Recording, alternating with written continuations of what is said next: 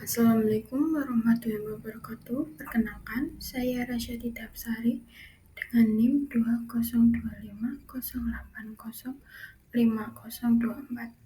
Pada video ini, saya akan menjelaskan sistem informasi penilaian kelayakan nasabah. Pada bagian ini, saya akan menjelaskan definisi proyek yang saya buat.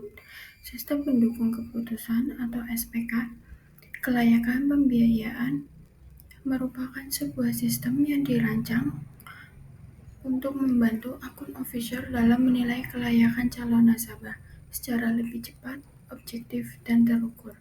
Sistem ini mengolah berbagai jenis data seperti hasil survei lapangan, kondisi usaha, kemampuan pembayaran, serta dokumen pendukung lainnya. Dalam proyek ini, saya menggunakan kombinasi metode AHP dan SAO. AHP digunakan untuk menentukan bobot setiap kriteria, sedangkan SAO digunakan untuk melakukan perhitungan akhir terhadap alternatif nasabah. Dengan adanya metode tersebut, proses analisis menjadi lebih terstruktur dan hasilnya lebih akurat. Selanjutnya, tujuan dari proyek ini ada beberapa hal. Tujuan yang pertama adalah mempercepat analisis kelayakan pembiayaan. Dengan adanya sistem proses penilaian yang biasanya dilakukan manual bisa berjalan lebih cepat karena data langsung diproses oleh aplikasinya. Tujuan yang kedua adalah meningkatkan akurasi penilaian AO. Sistem ini membantu AO menilai berdasarkan data yang sudah terstruktur, sehingga mengurangi kemungkinan kesalahan dalam perhitungan atau penilaian. Yang ketiga, sistem ini dirancang untuk menghasilkan keputusan yang objektif. Artinya, keputusan tidak hanya bergantung pada penilaian subjektif petugas, tetapi benar-benar berdasarkan perhitungan kriteria yang sudah dibobotkan melalui metode AHP dan SAO. Dan tujuan yang terakhir adalah mengurangi risiko pembiayaan bermasalah. Dengan penilaian yang lebih tepat dan terukur, peluang memberikan pembiayaan kepada nasabah yang tidak layak bisa diminimalkan. Bentuk organisasi. Pada bagian bentuk organisasi, terdapat beberapa peran penting dalam proses penilaian kelayakan pembiayaan.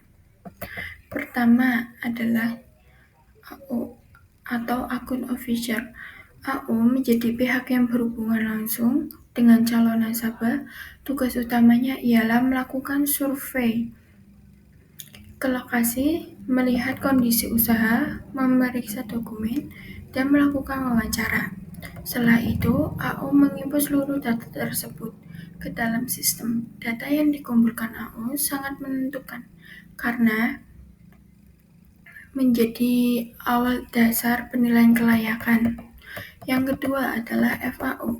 FAO bertugas melakukan verifikasi data, yaitu memastikan data yang dikirim oleh AO benar, valid, dan sesuai dengan kenyataan di lapangan. FAO juga mengecek apakah ada keliruan, data yang kurang, atau informasi yang tidak konsisten. Tahap ini penting agar hasil analisis tidak salah karena data yang tidak akurat. Berikutnya adalah kepala unit. Kepala unit melakukan review atau hasil peninjauan terhadap analisis sistem. Mereka memastikan bahwa perhitungan yang dihasilkan oleh SPK sudah sesuai dengan standar pembiayaan, kebijakan perusahaan, serta mempertimbangkan faktor risiko. Kepala unit juga memberikan rekomendasi awal apakah pembiayaan layak atau tidak. Dan yang terakhir adalah kepala area. Kepala area merupakan pihak yang memberikan keputusan akhir pembiayaan Mereka menilai kembali hasil analisis dan rekomendasi dari unit sebelumnya. Jika semua data telah valid dan hasil analisis menunjukkan kelayakan, maka kepala area dapat menyetujui pembiayaan. Namun, jika terdapat risiko tinggi atau data tidak mendukung, kepala area bisa menolak atau meminta evaluasi ulang.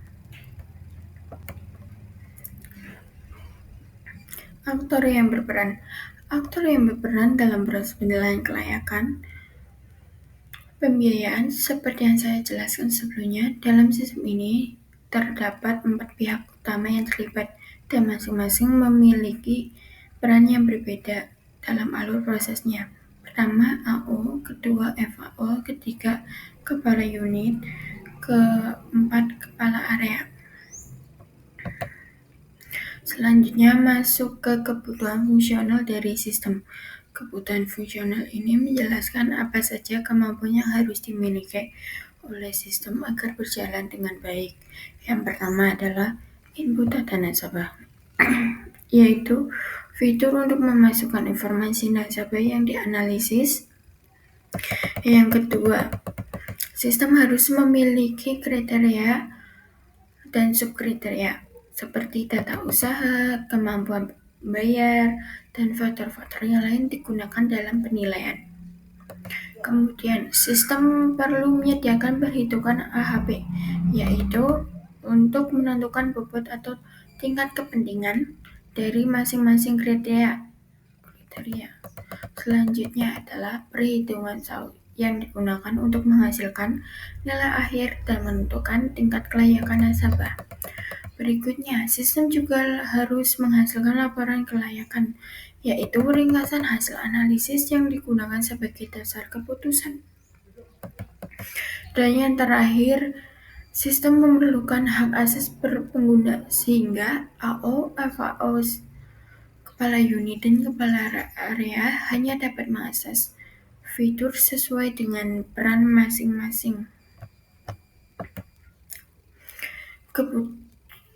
Kebutuhan non-fungsional. Selain kebutuhan fungsional, sistem juga memiliki kebutuhan non-fungsional yang berhubungan dengan kualitas dan kinerja sistem. Yang pertama adalah keamanan data. Sistem harus mampu melindungi data nasabah agar tidak mudah diakses atau tidak disalahgunakan oleh pihak yang tidak berkepentingan. Kemudian, kemudahan pengguna. Tampilan sistem harus sederhana dan mudah dipahami sehingga AO, FAO maupun pimpinan bisa mengoperasikan tanpa kesulitan. Selanjutnya, sistem harus memiliki proses dalam melakukan perhitungan dan menghasilkan laporan agar alur kerja tidak terhambat. Yang keempat adalah sistem yang diambil dan responsif, artinya sistem tidak mudah error dan tetap berfungsi dengan baik saat digunakan terus-menerus. Dan yang terakhir adalah backup data otomatis, agar seluruh data tetap aman dan tidak hilang jika terdapat gangguan atau kesalahan teknis. Kesimpulan, sistem mendukung keputusan kelayakan pembiayaan, membantu AO menganalisis nasabah secara objektif, cepat, dan akurat. Dengan menerapkan metode AHP dan SAU, sistem menghasilkan penilaian terukur sehingga memudahkan kepala unit dan kepala area dalam membuat keputusan. SPK ini sangat penting untuk menjaga kualitas pembiayaan sekaligus mengurangi risiko kredit bermasalah. Demikian penjelasan yang saya dapat sampaikan pada video ini. Terima kasih yang sudah menonton.